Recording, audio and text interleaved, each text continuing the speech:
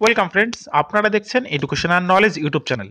2020 সালে মাননীয় মুখ্যমন্ত্রী সরকারি কর্মচারীদের জন্য বেশ কয়েকটি ছুটি ঘোষণা করেছেন, যার মধ্যে অন্যতম হল বিরসা মুন্ডার জন্মদিন, শ্রী পঞ্চানন বর্মার জন্মদিন, শ্রী হরিচাঁদ ঠাকুরের জন্মদিন।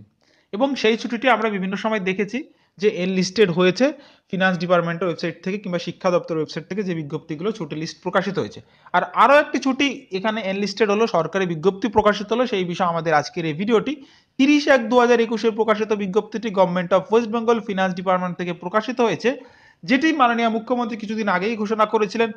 The state government has decided to observe public holiday every year on the occasion of the birthday of Pandit Raghunath Murmu, which fall on the day of Buddha Purnima, অর্থাৎ বুদ্ধ পূর্ণিমা এবং রঘুনাথ মুর্মুর জন্মদিন হিসেবে কিন্তু সেই দিন ছুটি থাকছে। কোন দিনটা? 26শে মে এভরি ইয়ার, অর্থাৎ সকলের জন্য 26শে মে 2021 থেকে প্রত্যেক বছর এই দিনটি ছুটি থাকবে।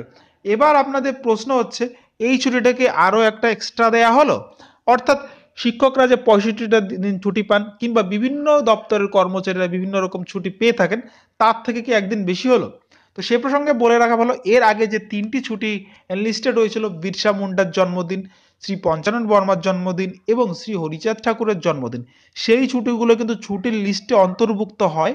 কিন্তু এই যে 65টি দিন ছুটি পান শিক্ষক শিক্ষিকারা কিংবা অন্যান্য কর্মচারীরা, যে 28 দিন কি 32 দিন বিভিন্ন কর্মচারীরা কর্মীভেদে ছুটি পেয়ে থাকেন, তার থেকে কিন্তু বেশি হয়নি।